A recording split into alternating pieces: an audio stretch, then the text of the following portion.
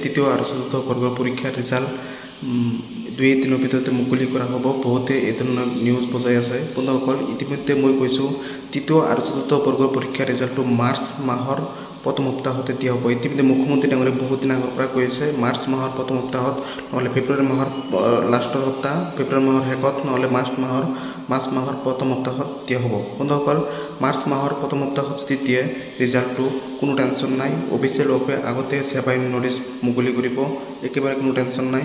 March মাহৰ প্ৰথম সপ্তাহতে ৰিজাল্ট দিয়া হ'ব। বহুতে কৈছে যে মুখ্যমন্ত্ৰী ডাঙৰীয়ে কৈছে যে 2-1 দিনৰ ভিতৰতে ৰিজাল্ট দিয়া হ'ব। বন্ধুসকল, মুখ্যমন্ত্ৰী ডাঙৰীয়ে কৈছে যে 2-1 দিনৰ ভিতৰতে সকলো কাম কৰা হ'ব। লগতে যি ধৰণে কোৱা হৈছে যে মাৰ্চ মাহৰ প্ৰথম সপ্তাহত দিয়া হ'ব, সেই হিচাপত কিন্তু ৰিজাল্টসমূহ দিয়া হ'ব বুলি মুখ্যমন্ত্ৰী ডাঙৰীয়ে নিজে ঘোষণা কৰিছে। বহুতে বহুত ধৰণৰ কথা পাতি আছে যে বহুতে বহুত ধৰণৰ কথা কয় যে 2-1 দিনৰ ভিতৰত ৰিজাল্ট আহিব। বন্ধুসকল, নহয়, ৰিজাল্টটো অলপ কেইদিন পিছত আহিব। 2 সপ্তাহ বা আজি হৈছে 17 ফেব্ৰুৱাৰী তাৰিখ, মাৰ্চ মাহৰ প্ৰথম সপ্তাহত ৰিজাল্ট আহি যাব। মাৰ্চ মাহৰ 100% মাৰ্চ মাহৰ প্ৰথম সপ্তাহত। আৰু মুখ্যমন্ত্ৰী ডাঙৰীয়ে কেৱল এই সংবাদ মেল যোগেও কৈছে, তাৰপিছত লাইভ আহি ৰাতিও ঘোষণা কৰিছিল বহুত দিন আগতে কেইবাবাৰো, আৰু মোৰ চেনেলটোৰ জৰিয়তে সকলোৱে গমেই পাইছে। আৰু মাৰ্চ মাহৰ প্ৰথম সপ্তাহত ৰিজাল্ট অহাটো 100% আহিব। তৃতীয় আৰু চতুৰ্থ বৰ্গৰ সকলো বিভাগৰ ৰিজাল্ট 100% আহিব। আৰু বহুতে প্ৰশ্ন কৰি আছে লাখপতি বাইদেউ টকাখিনি কেতিয়া হ'ব। লাখপতি বাইদেউ টকাখিনি যিটো 10,000 টকা আত্মসহায়ক গোটৰ যিটো 10,000 টকাটো এপ্ৰিল মাহৰ প্ৰথম সপ্তাহৰ পৰা দিয়া হ'ব।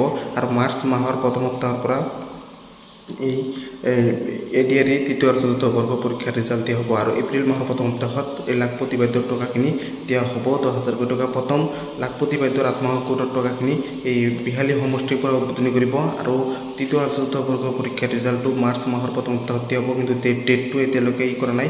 আৰু ডেটটো দিলে মুখ্যমন্ত্ৰী ডাঙৰীয়ে টুইট কৰিব আৰু আপোনালোকৰ চেবাৰ ফালৰ পৰা নটিচ আহিব। মই প্ৰতিটো সময়তে প্ৰতিটো আপডেট সময়মতে আপোনালোকক মই দিম, প্ৰতিশ্ৰুতি দিছোঁ। আৰু অসম চৰকাৰৰ ফালৰ পৰা ইতিমধ্যে যিমান আপডেট হওক, যিমান খবৰ হওক, সময়মতে সকলো আপডেট দিবলৈ চেষ্টা কৰিম। সকলোৱে মোৰ চেনেলটো ছাপোৰ্ট কৰিব, চেনেলটো ছাবস্ক্ৰাইব কৰি দিব, আৰু ভিডিঅ'টো শ্বেয়াৰ কৰি দিব। আৰু গেট 3 গেট 4 ভেকেঞ্চিৰ ৰিজাল্ট এটা দিনতে দিয়া হ'ব মাৰ্চ মাহৰ প্ৰথম সপ্তাহত। 8 পাছ হওক, 10 পাছ হওক, 12 পাছ হওক, গ্ৰেজুৱেশ্যন হওক, 10 পাছ প্লাছ ITI হওক, 10 পাছত ড্ৰাইভাৰ ভেকেঞ্চি হওক, 12 পাছ প্লাছ চাৰ্জ ষ্টিম হওক, কাৰণ মই গ্ৰেজুৱেশ্যন হওক দুটা বিভাগত মই নিজে পৰীক্ষা দিছোঁ। আৰু সকলোৱে ছাপোৰ্ট কৰিব, যিমান পাৰোঁ যিমান ছাপোৰ্ট কৰি যাম, আৰু আপোনালোকক মই যিমান পাৰোঁ সহায় কৰি যাম। আৰু আপোনালোকক মই তৃতীয় আৰু চতুৰ্থ বৰ্গৰ ভাইভা টেষ্টৰ ওপৰত মই সকলো ভিডিঅ' আপলোড কৰিম অতি সোনকালে। আৰু ৰিজাল্টটো দি লওক, তাৰপিছতহে মোটামুটি এটা মাহ সময় দিব ভাইভা টেষ্টৰ বাবে। ৰিজাল্টটো যিদিনা দিব তাৰ পৰা এটা মাহ মাজত এটা সময় দিব, তাৰপিছত ভাইভা টেষ্ট অনুষ্ঠিত হ'ব। কাৰণ 26,441টা পোষ্ট আছিল 2022 চনতে। এটা মাহ সময়, 1 মাহ 1.5 মাহ সময় দিছিল মাজতে ভাইভা টেষ্ট। ৰিজাল্ট যিদিনা দিব তাৰ পৰা ভাইভা টেষ্ট অনুষ্ঠিত কৰিবলৈ মাজত এটা মাহ সময় দিবই। আৰু একেবাৰে কম সময় দিলেও 20-25 দিন সময় দিব, তাতকৈ কিন্তু কম সময় নিদিয়ে। বন্ধুসকল, সময় পাব আপোনালোকে এতিয়াৰ পৰা ষ্টাৰ্ট কৰি যাওক। আৰু নন টেকনিকেল DME পৰীক্ষা 9 মাৰ্চ তাৰিখ অনুষ্ঠিত হ'ব। আপোনালোকে মই ফুল ডিটেইলছ প্ৰতিটো আপডেট প্ৰতিটো খবৰ সময়মতে দিবলৈ চেষ্টা কৰিম। আৰু সকলো খবৰ আপোনালোকে মোৰ চেনেলটোৰ পৰা সময়মতে পাব। সকলোৱে ছাপোৰ্ট কৰিব, চেনেলটো এটা ছাবস্ক্ৰাইব